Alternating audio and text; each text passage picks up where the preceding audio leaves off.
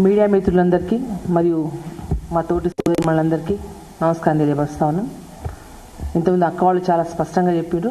మేము కూడా మా నాయకుడు కేసీఆర్ గారు ఏదైతే కవిత గారి మీద ఇవాళ వారు నిర్ణయం తీసుకున్నారో అందరం కూడా దాన్ని మనస్ఫూర్తిగా ఆహ్వానిస్తున్నాం, హర్షిస్తూ ఉన్నాం.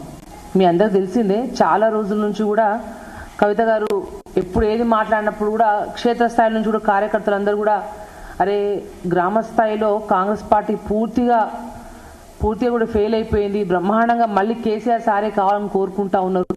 ఇటువంటి తరుణంలో కవితకు ఇట్లా మాట్లాడడం ఏంటని చెప్పి ఎంతోమంది కార్యకర్తలు ప్రశ్నిస్తూ ఉండే.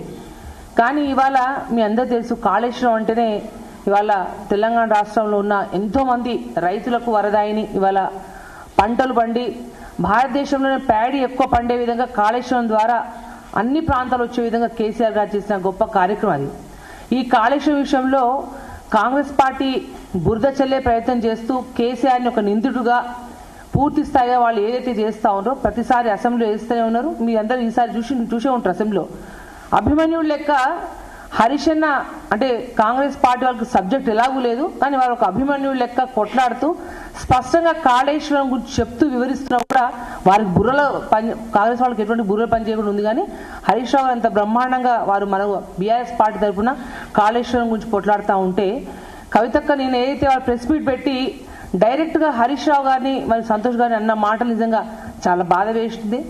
అయితే కేసీఆర్ గారు ఈ టైంలో అంటే మీకు తెలుసు, దాదాపు తెలంగాణ రాష్ట్రంలో 60 లక్షల మంది సభ్యత్వం ఉన్న ఈ పార్టీలో ఎంతోమంది కార్యకర్తలు, ఎంతోమంది జీవితాలు బీఆర్ఎస్ పార్టీ మీద పెట్టుకున్న వాళ్ళు ఎంతోమంది ఉన్నారు. కానీ వారు ఇటు హరీష్ రావు గారిని వాళ్ళని నిందించడమే కాకుండా దాంతోపాటు పార్టీ ఉంటే ఏంది పోతే ఏంది అనే ఒక మాట ఏదైతే అన్నారో అందుగా చాలా బాధ వేసింది, చాలా కలిసి వేసింది. ఎందుకంటే కేసీఆర్ గారిని నమ్ముకొని ప్రజలు నమ్ముకొని ఈ పార్టీలో ఎంతోమంది నాయకులు కార్యకర్తలు ఎంతోమంది బతుకుతా ఉన్నారు ఇప్పటికి కూడా.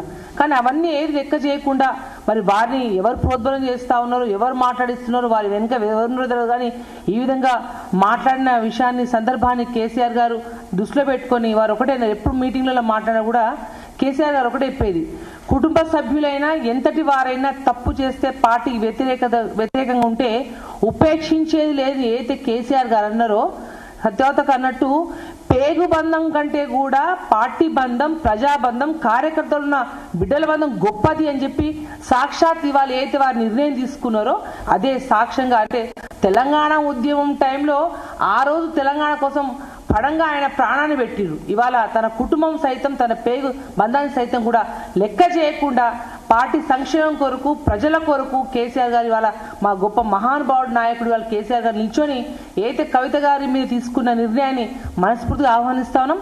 నిజంగా వారు సొంతగా చెప్పిన చూస్తూ ఉంటే ఇంతకుముందు ఉన్న వాటికి ఇప్పటికి ఇంత విచిత్రంగా అంటే ప్రజల కడుపులో కార్యకర్తలు ఎంత రగిలిపోతున్నారో ఇవాళ అంటే ఎప్పుడు పార్టీ ఎప్పుడు నిర్ణయం తీసుకుంటుందా అని ఎదురు చూసినట్టుగా ఇవాళ సోషల్ మీడియాలో కనబడతా ఉంది. ఖచ్చితంగా కేసీఆర్ గారి నాయకత్వంలో రానులలో ఇంకా పటిష్టంగా అందరం ఈ మహిళా లోకం కూడా పూర్తి స్థాయిగా పనిచేస్తుందని తెలియపరుస్తూ మరొకసారి మా నాయకుడిని యొక్క ఏదైతే నిర్ణయం తీసుకున్నారో దాన్ని అందరం కూడా మనస్ఫూర్తిగా ఆహ్వానిస్తా ఉన్నాం.